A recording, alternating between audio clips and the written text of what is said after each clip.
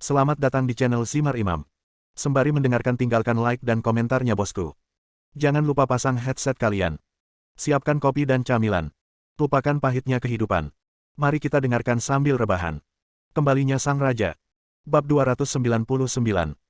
Lalu tunggu apa lagi? Kenapa kamu tidak cepat menangkap mereka? Teriak Cai Mingbo. Saya tahu, Tuan Presiden.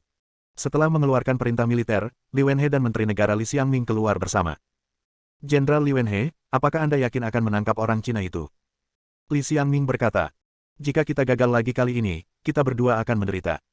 Jangan khawatir, karena saya berani mengatakan ini, saya sangat yakin jika Anda menyerahkan masalah ini kepada saya, Anda tidak akan salah. Katakan padaku solusi apa yang kamu temukan, kalau tidak aku tidak akan tahu harus berbuat apa. Li Xiangming adalah menteri negara, dan keduanya biasanya tidak terlalu banyak berurusan satu sama lain. Namun saat ini, melihat dia begitu menyukainya, Li Wenhe tampak sangat senang dan berkata, karena kami telah mengetahui rute pelariannya, saya telah mengatur orang terlebih dahulu untuk mengevakuasi semua turis dari bandara, dan telah menempatkan orang-orang dari tentara di dalam, dan memperlengkapi mereka dengan senjata pemusnah massal. Peluru biasa tidak dapat menghadapinya. Jadi saya tidak bisa membunuhnya dengan tank dan peluncur roket. Setelah mendengar rencana yang dikerahkan oleh Li Wenhe, ekspresi Li Xiangming langsung bersinar dan dia berkata, rencanamu ini sangat sempurna. Sekarang orang Cina sialan itu pasti tidak akan bisa terbang. Ini adalah rencana yang saya terapkan secara pribadi, ini pasti sempurna. Setelah Li Xiangming dan Li Wenhe pergi, Cai Mingbo duduk dengan cemas di kantor dan mengunci pintu. Saat ini, dia merasa perlu menenangkan diri. Jatuhnya kamar dagang sila telah menjadi fakta, dan percuma saja mengejarnya saat ini. Jadi sekarang, yang harus saya lakukan adalah berusaha meminimalkan kerugian. Jatuhnya kamar dagang sila tidak diragukan lagi akan memperlambat perekonomian seluruh negara yang dingin selama 30 tahun. Jika kerugian sebesar itu hanya ditanggung oleh negara Han, itu akan menjadi pukulan telak. Sekarang pembunuhnya belum tertangkap, jadi barang bukti di tangan saya tidak lengkap. Setelah keluar dari gedung kamar dagang sila, Su Chen mengendarai mobil ini dan bersiap untuk pergi ke bandara. Dia tidak ingin tinggal di tempat berasap lebih lama lagi. Namun, setelah tiba di bandara, Su Chen menemukan ada yang tidak beres. Meski banyak turis di sini, hal itu membuat orang merasa aneh. Gemuruh. Tepat ketika Su Chen bertanya-tanya, dia tiba-tiba melihat pintu gudang di dekatnya yang digunakan untuk memarkir pesawat terbuka, dan lebih dari selusin tank lapis baja keluar dari sana. Duduk di posisi pertama adalah Li Wenhe, Menteri Urusan Militer Negara Han. Orang-orang China, Anda tidak menyangka kami akan menyergap Anda di sini. Sejujurnya, ada salah satu pangkalan militer rahasia kami di dekat bandara, jadi kami mengirim orang untuk menyergap ke sini lebih awal. Anda datang ke negara dingin kami untuk menimbulkan kekacauan. Disinilah kamu mati. Tempat kematian. Su Chen mencibir, awalnya, saya hanya ingin datang ke sini untuk menyelesaikan masalah dengan kamar dagang sila, dan saya ingin menyelamatkan nyawa kalian, tetapi saya tidak menyangka bahwa Anda akan benar-benar menembak. Dirimu sendiri. Kamu benar-benar berpikir hidupmu terlalu panjang. Orang Cina, seharusnya aku yang mengatakan ini. Apakah kamu buta? Kami memiliki 10 tank dan lebih dari 20 peluncur roket di sini. Aku bisa meledakkanmu berkeping-keping hanya dengan satu perintah dariku. Kamu pikir kamu masih punya ruang untuk menolak? Su Chen dengan santai menggerakkan pergelangan tangannya dan berkata dengan tenang. Karena kamu telah memprovokasiku, siapapun yang ada di sini tidak boleh pergi. Sejak zaman dahulu, kalian orang Tionghoa suka mengucapkan kata-kata besar. Setelah bertahun-tahun, kalian benar-benar belum membuat kemajuan sama sekali. Tapi itu tidak masalah. Saya akan memberi Anda pelajaran yang baik hari ini. Saya harap Anda akan melakukannya tingkatkan ingatanmu di kehidupan selanjutnya. Begitu dia selesai berbicara, Li Wenhe melambaikan tangannya yang besar dan memerintahkan. Tembak aku. Setelah mendengar perintah tersebut, tentara Han yang membawa peluncur roket menembak langsung ke arah Su Chen. Dalam sekejap, suara memekakkan telinga terdengar, dan lebih dari 20 rudal mengeluarkan asap dan terbang langsung menuju Su Chen. Ledakan, ledakan, ledakan. Ledakan sering terdengar, membuat lubang-lubang dalam satu demi satu di jalan yang licin. Akhirnya, ketika asap dan debu menghilang, jalan yang semula mulus menjadi rusak dan tidak sedap dipandang. Hah? Apa yang terjadi? Kenapa orang itu pergi? Li Wenhe bertanya dengan bingung. Ketua, Anda menyebabkan kekacauan jika Anda peduli. Kata petugas staf di sebelah Li Wenhe. Apa maksudmu? Kami menggunakan peluncur roket tercanggih. Bahkan satu peluru saja tidak dapat menghancurkan anak itu, apalagi 26 salvo. Wajar jika kami tidak dapat melihat tubuhnya sekarang. Karena sudah diledakkan menjadi abu. Mendengar apa yang dikatakan petugas staf, Li Wenhe tertawa keras. Apa yang Anda katakan masuk akal. Jika saya tahu anak itu sangat lemah, saya tidak akan mengerahkan pasukan untuk terlibat dalam pertempuran sebesar itu. Ini terutama karena keahlianmu dalam mengatur pasukan. Jika itu kami pasti tidak akan bisa menjatuhkannya dengan mudah. Apa yang kamu katakan masuk akal. Aku, Li Wenhe, telah bertarung selama bertahun-tahun, tapi dengan keterampilan kucing berkaki 3 miliknya, dia tidak bisa membuat gelombang di depanku. Itu wajar. Tetapi sekali lagi, alasan mendasarnya adalah orang Tiongkok terlalu lemah dan otak mereka tidak terlalu bagus, sehingga mereka tidak bisa dibandingkan dengan kita. Begitukah? Setelah Li Wenhe selesai berbicara, dia mendengar suara samar, yang hampir membuatnya takut setengah mati. Kamu belum mati. Kamu masih ingin membunuhku hanya karena potongan logam itu. Setelah mengatakan itu, Su Chen mengulurkan tangan besarnya, meraih leher Li Wenhe, dan mematahkannya. Li Wenhe meninggal, dan petugas staf di sebelahnya tentu saja juga tidak berakhir dengan baik, lehernya juga patah. Melihat pemandangan ini, para prajurit dingin itu begitu ketakutan hingga mereka berkeringat dingin. Mereka segera mengemudikan tank mereka, berusaha menjaga jarak aman dari Su Chen dan membawanya ke dalam jangkauan tembak. Api! Kapten yang bertugas memimpin tim, Zhu Donghai, berteriak dengan tajam. Semua perwira terkemuka sudah mati, jadi selama orang Tionghoa ini meninggal, semua pujian akan menjadi miliknya. Banyak hal yang melebih-lebihkan. Setelah mengatakan itu, tubuh Su Chen berubah menjadi petir hitam, lalu melompat ke udara dan menghantam tank lapis baja dengan pukulan yang berat. Buatlah lubang dari situ. Bab 300.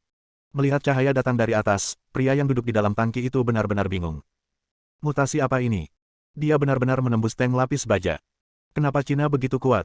Setelah menerobos tangki, Su Chen melompat ke udara dan mundur ke posisi 10 meter jauhnya. Segera, ledakan yang memekakkan telinga terdengar, dan tangki yang ditembus oleh Su Chen meledak. Adegan itu sangat mengasyikkan. Berhentilah tertegun, cepat tembak. Kapten Zhu Donghai berteriak dengan tajam. Kapten, kami juga ingin menembak, tapi ada orang kami di belakangnya. Jaraknya sangat dekat, jika kami menembak pasti akan mengenai orang kami. Kalau begitu pukul dia juga. Jika anak ini tidak mati, lebih banyak dari kita yang akan mati. Saat ini, Zhu Donghai sudah kehilangan akal sehatnya. Jika lawan bisa menembus tank lapis baja, maka Anda tidak bisa menghadapinya dengan cara konvensional. Anak itu harus dibunuh bagaimanapun caranya. Bum bum bum. Cangkang tank lapis baja terbang dengan cepat, tetapi Su Chen, yang berdiri di seberangnya, berkata dengan tenang dan sambil tersenyum. Kalian dari kerajaan Han hanya bisa mencapai begitu banyak.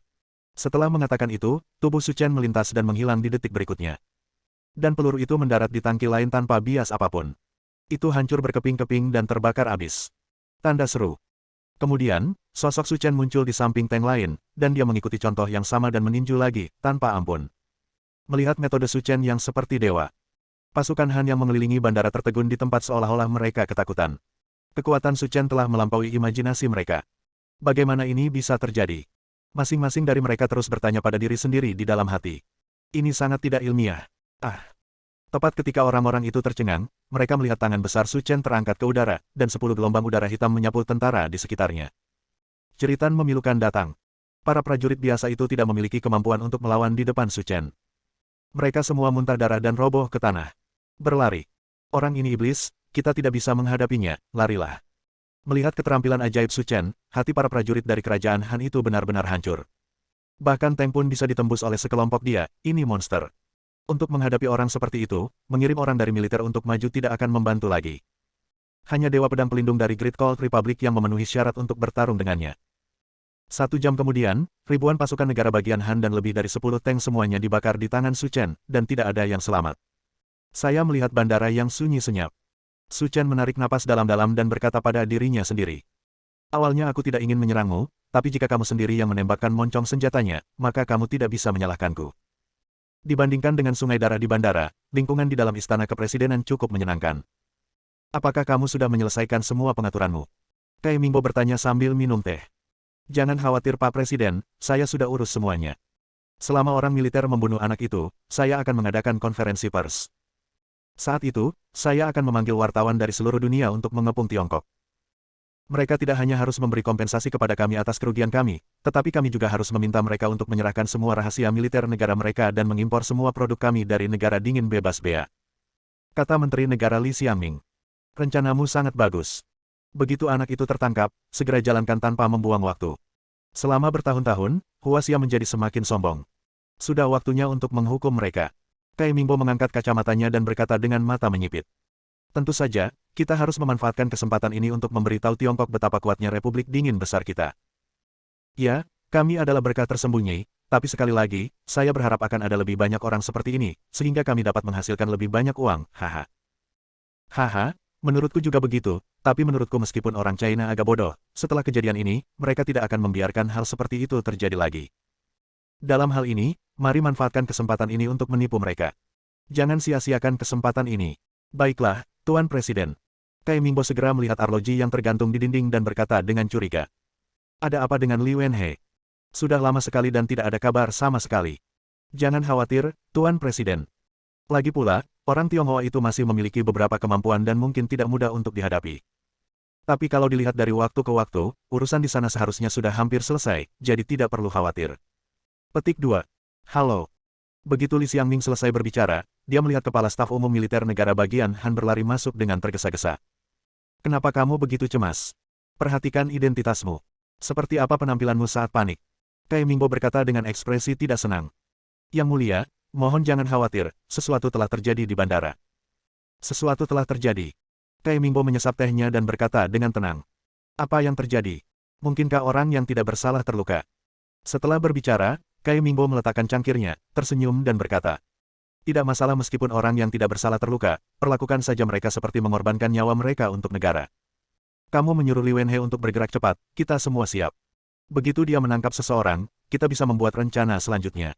Tuan Presiden, keadaannya tidak seperti yang Anda pikirkan. Kepala Staf Umum Jiang Yin menepuk pahanya dengan cemas dan berkata. Jenderal Li Wenhe tidak hanya gagal membunuh orang Tiongkok, dia juga dibunuh oleh orang Tiongkok. Suara, celepuk. Kursi Kai Mingbo tidak duduk diam, dan dia langsung jatuh ke tanah. Apa yang kamu bicarakan? Kamu bilang Li Wenhe dibunuh oleh orang Cina itu. Itu benar. Bagaimana mungkin? Dia mengirim begitu banyak orang ke sana, dan dia juga memiliki peluncur roket dan tank tercanggih. Bagaimana mungkin dia diserang balik oleh orang China itu? Tuan Presiden, kami telah meremehkan orang Cina itu. Kekuatannya di luar imajinasi kami. Selama pertempuran, Jenderal Li tidak hanya tewas, tetapi bahkan selusin tank dihancurkan olehnya. Setengah dari pasukan divisi juga hancur, kerugian kami itu berat. Kai Mingbo dan Li Xiangming dilumpuhkan ketakutan ketika mendengar berita dari Jiang Yinzheng. Pesawat jenis apa yang kamu lakukan? Mungkinkah yang dikirim Tiongkok ke sini adalah Terminator? Bahkan tank pun bisa dihancurkan. Pak Presiden, sekarang bukan waktunya untuk takut. Jika kita tidak menemukan jalan, maka kita celaka. Bersambung.